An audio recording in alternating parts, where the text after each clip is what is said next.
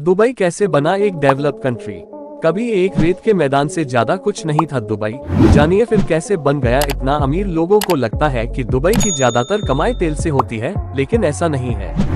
तेल से तो दुबई सिर्फ 1% ही कमाता है, 20% कमाई तो ग्लोबल टूरिज्म से करता है। यही वजह है कि दुबई अब अमीर बन गया है। आज के वक्त में दुबई दुनिया भर के लिए आकर्षण बना हुआ है, लेकिन ऐसा हमेशा से नहीं था। एक वक्त था जब दुबई में दूर तरह तक बस रेत के मैदान हुआ करते थे। ऐसे में सवाल ये है कि दुबई की वो कौन सी कहानी है जिसे बहुत ही कम लोग जानते हैं। आखिर दुबई ने ऐसा क्या किया कि आज वह दुनिया भर में फेमस हो गया है। वैसे तो बहुत सारे लोगों को लगता है कि दुबई आज जो कुछ है उसकी वजह है कच्चा तेल, जिसके दम पर दुबई इतना डेवलप हो गया है। खैर, आपको बता दें कि ऐसा बिल्कुल नहीं है। अब सवाल ये है कि अगर तेल से दुबई अमीर नहीं बना तो फिर वो क्या है जिसकी मदद से आज दुनिया इतना luxury destination how Dubai become rich बन गया है। आइए जानते हैं एक रेगिस्तान के दुबई बनने की कहानी। ये सब मुमकिन हुआ दुबई के शेख राशिद बिन सईद अल मक्तूम और उनके बेटे शेख मोहम्मद बिन राशिद अल मक्तूम की वजह से। दुबई के विकास की दास्तां तब शुरू हुई जब ओमान और इराक जैसे दुबई के आसपास के इलाकों के लिए दुबई एक कनेक्टिविटी रूट की तरह सामने आया। एक ट्रेडिंग पॉइंट बनने से पहले तक दुबई सिर्फ मोती पैदा करने और मछली के बिजनेस के लिए जाना जाता था। उसके बाद दुबई दुनिया की नजर में आने लगा। 1950 के दशक में दुबई में तेल की खोज हुई, जिसके बाद दुबई समेत पूरे यूएई की इकोनॉमी तेजी से बढ़ने लगी। हालांकि कुछ ही वक्त में दुबई को ये समझ आ गया था कि सिर्फ तेल के सहारे लंबे वक्त तक देश को चला पाना मुमकिन नहीं है। इसके बाद तेल से निर्भरता को हटाते हुए मॉडर्न दुबई बनाने के लिए शेख राशिद बिन सईद अल मक्तूम ने अहम कदम उठाए। उन्होंने 1958 में दुबई की सत्ता संभाली और करीब 32 सालों तक राजा बने रहे। जब राशिद बिन सईद के हाथ दुबई की बागडोर गई, उस वक्त मछली और मोती का बिजनेस लगभग बर्बाद हो चुका था और पूरी इकोनॉमी तेल के निर्यात पर निर्भर थी। राशिद बिन सईद की एक बात को अक्सर कोट किया जाता है। उन्होंने कहा था, मेरे पिता ऊंट की सवारी करते थे, मैं मर्सिडीज चलाता हूँ, मेरा बेटा लैंड रोवर चलाता है, उसका बेटा लैंड रोवर चलाएगा, लेकिन उसका बेटा ऊंट की सवारी करेगा। यानी उनका कहने का ये मतलब था कि तेल का खजाना लंबे वक्त तक देश को आगे नहीं ले जा पाएगा। इसके बाद राशिद बिन सईद ने कमाई के दूसरे तरीकों पर फोकस करना शुरू किया। वह सीधे पहुंचे ट्रेडिंग पोर्ट पर और उसे डेवलप किया। वहां पर एक ड्राई डॉक भी बनाया जहां तमाम शिप रिपेयर किए जाते थे। उस वक्त तक आसपास के देशों में ये पहला ऐसा डॉक था। उसके बाद पोर्ट के आसपास के इलाकों को विकसित किया और उसकी पूरे दुबई से कनेक्टिविटी का इंतजाम किया। उन्होंने 1975 कनेक्टिविटी के मकसद से अल शिंदगा टनल बनानी शुरू की, जिससे इंटरनल कनेक्टिविटी आसान हो गई। 1979 में उन्होंने दुबई में होने वाले इवेंट्स के लिए एक स्काईस्क्रैपर बनाने का फैसला किया। बता दें कि जिस बिल्डिंग की ऊंचाई 490 फुट से अधिक होती है उसे स्काईस्क्रैपर कहा जाता है।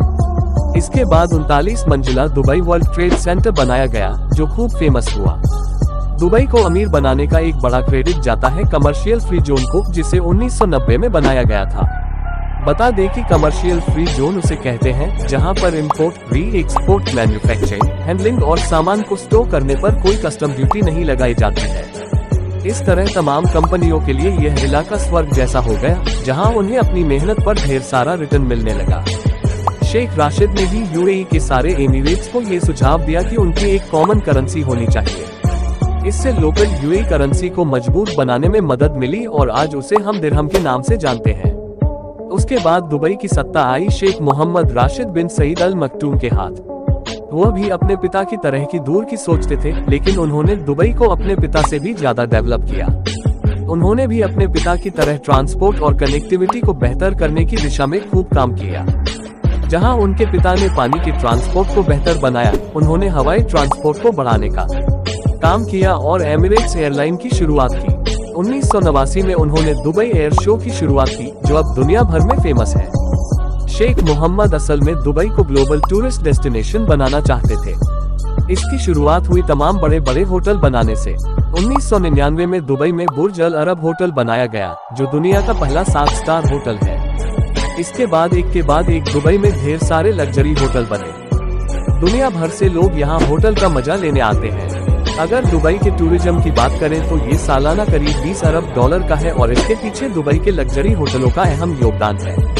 आज के वक्त में दुबई में मॉडर्न चिड़ियाघर, मॉडर्न गैलरी और स्काई डाइविंग भी खूब होती है। जो लोगों के लिए आकर्षण का केंद्र है। इनकी वजह से तमाम यात्री यहाँ आते हैं और होटलों में रुकते हैं। 1995 में दुबई शॉपिंग फेस्टिवल की शुरुआत हुई, जिससे दुबई की इकोनॉमी तेजी से बढ़ने लगी। 1999 में उन्होंने दुबई इंटरनेट सिटी बनानी शुरू की। यह ऐसा बिजनेस और निवेशकों को हर मदद दी जाती थी। इसके जरिए दुनिया भर से निवेश खींचने की कोशिश की गई। कंपनियों को बिजनेस करने में तमाम तरह की मदद दी जाती थी और कोशिश की जाती थी कि सिंगल विंडो क्लियरेंस हो। ईज ऑफ डूइंग बिजनेस की वजह से यहाँ तेजी से कारोबारी आने लगे, क्योंकि उन्हें बिजनेस में कोई दिक्कत नहीं होती थी। दुबई ने तमाम खेलों को भी बढ़ावा दिया। घोड़ों की रेस से लेकर कार रेसिंग तक और क्रिकेट ग्राउंड तक दुबई में सब कुछ मौजूद है। वहाँ आर्टिफिशियल फॉर्मलैंड बनाए गए हैं और मिनी फॉरेस्ट भी डेवलप कराए गए हैं। इतना ही नहीं, समुद्र के पानी को पीने योग्य बनाने के लिए भी मशीनों की मदद ली गई और मॉडर्न दुबई बन पाया। दुबई में ही पाम जुमेरह भी है, जो एक मैन मेड आइलैंड है। यानी इस आइलैंड को दुबई ने आर्टिफिशियल तरीके से बनाया है। इसे बनाने के लिए समुद्र में मिट्टी डालकर आइलैंड बनाया गया है। इसे भी इतने क्रिएटिव तरीके से बनाया है कि यह सैटेलाइट से देखने पर या आसमान से देखने पर एक पेड़ जैसा लगता है। इसमें बहुत सारे घर बने हुए हैं। बहुत से लोगों को लगता है कि दुबई की कमाई कच्चे तेल से होती है। यहाँ आपको बता दें कि दुबई की जीडीपी में कच्चे तेल की हिस्सेदारी बस 1-2% है। वहीं दुबई की सबसे बड़ी कमाई हिस्सेदारी आती है टूरिज्म से, जो करीब 20% है। अगर हमारी वीडियो आपको थोड़ा सा भी अच्छी लगी हो तो प्लीज वीडियो को एक लाइक और चैनल को सब्सक्राइब कर दीजिएगा। धन्यवाद। Thanks for watching. Bye.